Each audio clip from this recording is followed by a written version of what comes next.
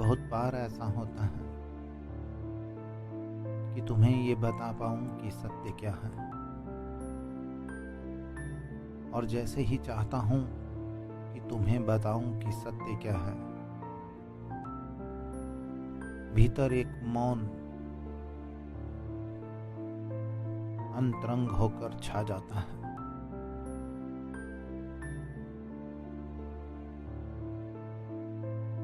क्योंकि सत्य को शब्दों में बयान नहीं किया जा सकता। शब्द चाहे किसी भी किताब से लिए गए हों, शब्द केवल शब्द ही हैं। वह कभी भी सत्य को नहीं बता सकते। शब्द केवल इशारा भर है। इशारे किए जा सकते हैं केवल शब्दों के सहारे से।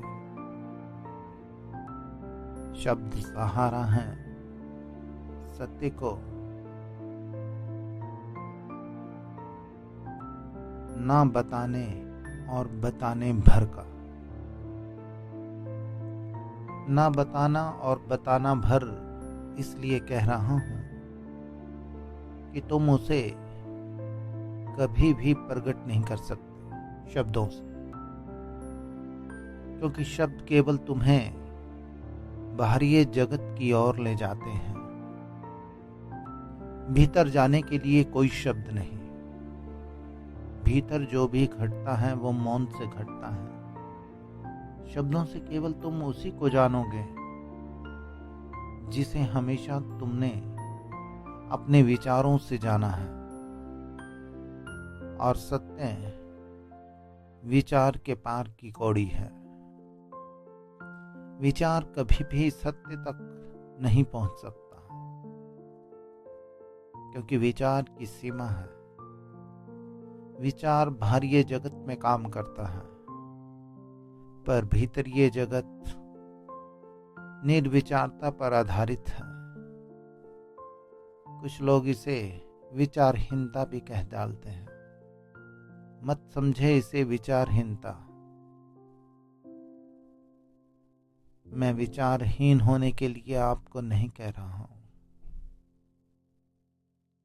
अपनी यात्रा को निर्विचारता तक ले जाए। समझें कि तुम्हें विचारहीन नहीं होना, तुम्हें निर्विचार तक जाना है। दोनों का अर्थ एक ही है, निर्विचारता का भी और विचारहीनता का भी। कि दोनों एक ही अर्थ को अपने साथ बांधे हुए हैं।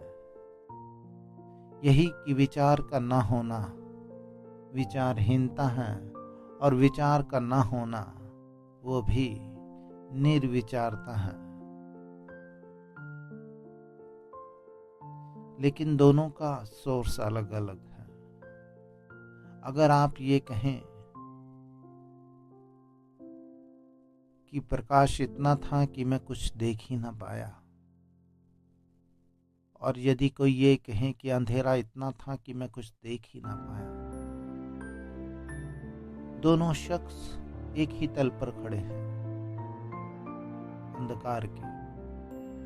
दोनों को ही नहीं दिखा, दोनों ही अंधे हैं, लेकिन दोनों का जो सोर्स है अंधे होने का वो भिन्न है। दोनों का अनुभव भिन्न है। जो विचारहीनता है वो अंधेरे से आती है, जो निर्विचारता है वो प्रकाश से आती है। निर्विचार आदमी अपने भीतर प्रकाश को पाता है, और विचारहीन आदमी अपने भीतर अंधेरे को, भय को, डर को।